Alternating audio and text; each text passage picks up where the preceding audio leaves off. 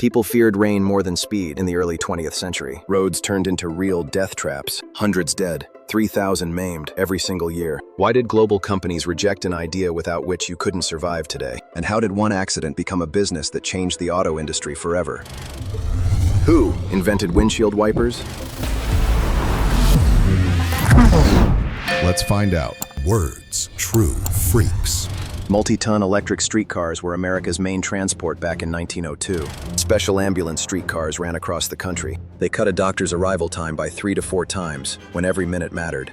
Streetcars pushed through snow, rain, and mud while horses got stuck in drifts. Humanity had finally conquered distance, but it hadn't conquered death on the roads. The windshield. Nobody knew how to clear rain, snow, and mud from it. With ice-covered glass, drivers went blind. A streetcar couldn't brake fast. It literally crushed everything in its path. According to the New York Times in 1902, road accidents in New York City killed at least 458 people and maimed 3,000 every year. That's more than London, Paris, and Chicago combined. In 1904, America's roads had become a real death zone. The only thing a driver could do was stop every few minutes and scrape off the snow by hand. That's exactly what a 36-year-old woman winemaker from California saw on a New York streetcar in the winter of 1902. Her name was Mary Anderson. While other passengers yelled at the driver for the delay, Mary Anderson pulled out a notebook. Right there on the tram, she sketched a device to clear the windshield without stepping out into the cold. Back home, she hired a professional draftsman. He helped her create detailed schematics. Mary Anderson received the official U.S. patent for her windshield wiper invention in November 1903. She was sure. Now every car company in the world would buy it. No commercial value, replied a Canadian patent brokerage firm. Automakers said, useless.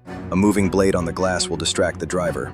Mary Anderson died in 1953 without making a single cent from her invention. The problem never went away. The lack of wipers remained a deadly hazard.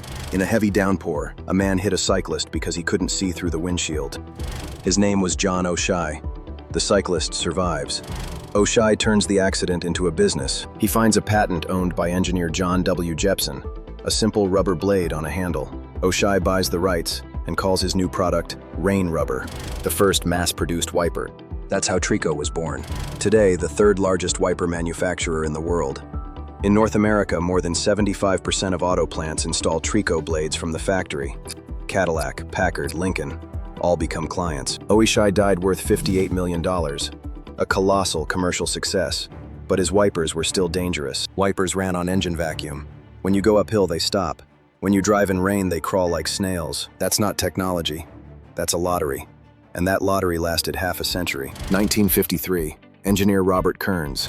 A champagne cork knocked out Kearns' eye at a wedding celebration. Kearns loses sharp vision, but that makes him notice something.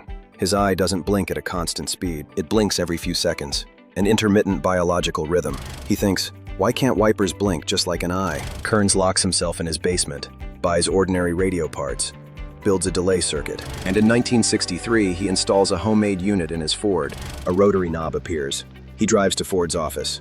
Engineers are thrilled. They'd been struggling with the same problem and everything kept breaking. Kearns' electronics are cheap and brilliant. Show us the blueprints, they ask. Kearns trusts them. He hands everything over. Ford steals the technology. In 1969, new Fords come with intermittent wipers, a direct copy of Kearns' patent.